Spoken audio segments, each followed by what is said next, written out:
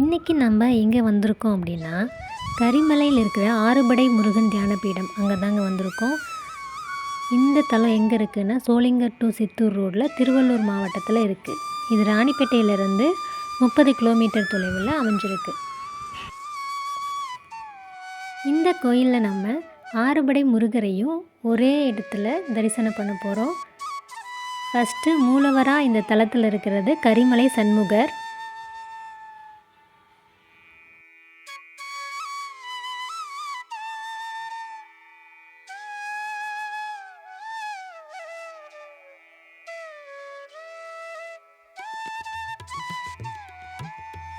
அடுத்து திருப்பரங்குன்றத்தில் இருக்கக்கூடிய முருகப்பெருமான். இந்த கோயில் ஃபுல்லாகவே கருங்கற்களால் கட்டப்பட்டிருக்குங்க. பார்க்குறதுக்கு அவ்வளோ அழகாக இருக்குது. அடுத்ததாக நம்ம பார்க்க போகிறது திருச்செந்தூர் முருகர், விநாயகர் சந்நிதி,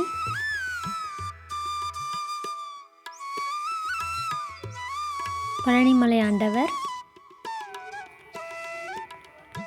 கருங்கற்களாலே செதுக்கப்பட்ட தேர் வடிவம்,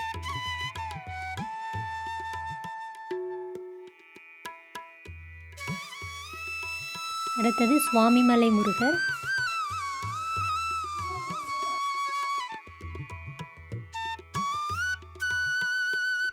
அடுத்தது நம்ம பார்க்க போகிறது திருத்தணி முருகர், வள்ளி தெய்வானையோட அற்புதமாக காட்சியளிக்கிறார்.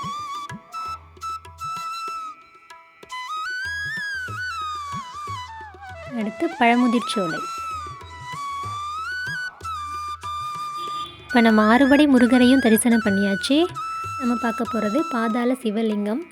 இங்கே தியானம் பண்ணால் மனசுக்கு அவ்வளோ அமைதியாக இருக்கும். ஒரு அமைதியான சூழ்நிலையில் இங்கே பாருங்கள், ரொம்ப பிரம்மாண்டமாக வச்சுருக்காங்க. இங்கே பக்கத்துலேயே நம்மளே சிவனுக்கு பாலாபிஷேகம் பண்ணுற மாதிரி ஏற்பாடு பண்ணியிருக்காங்க. இப்போ நம்ம தரிசனம் முடிச்சுட்டு வெளியில் வந்தாச்சு. பாருங்கள் எவ்வளோ ஒரு இயற்கையான சூழ்நிலையில் இருக்குது. பக்கத்தில் பார்த்திங்கன்னா இன்னும் கன்ஸ்ட்ரக்ஷன் ஒர்க்கெலாம் போயிட்டு தான் இருக்குது. இங்கே அந்த குட்டி மலை மேலே சிவன் தியான வடிவத்தில் இருக்கிற மாதிரியான சிற்ப வேலைப்பாடுகள் தான் நடந்துகிட்ருக்கு. இந்த கோயில் பார்த்திங்கன்னா நட்சத்திர வடிவத்தில் இருக்குது. பார்க்குறதுக்கு பிரம்மாண்டமாக ஒரு அரண்மனை மாதிரி காட்சியளிக்குதுங்க. ஸோ அறுபடை முருகனையும் ஒரே இடத்துல தரிசனம் பண்ணணும்னு நினைக்கிறவங்க இந்த திருத்தலத்துக்கு வரலாம்.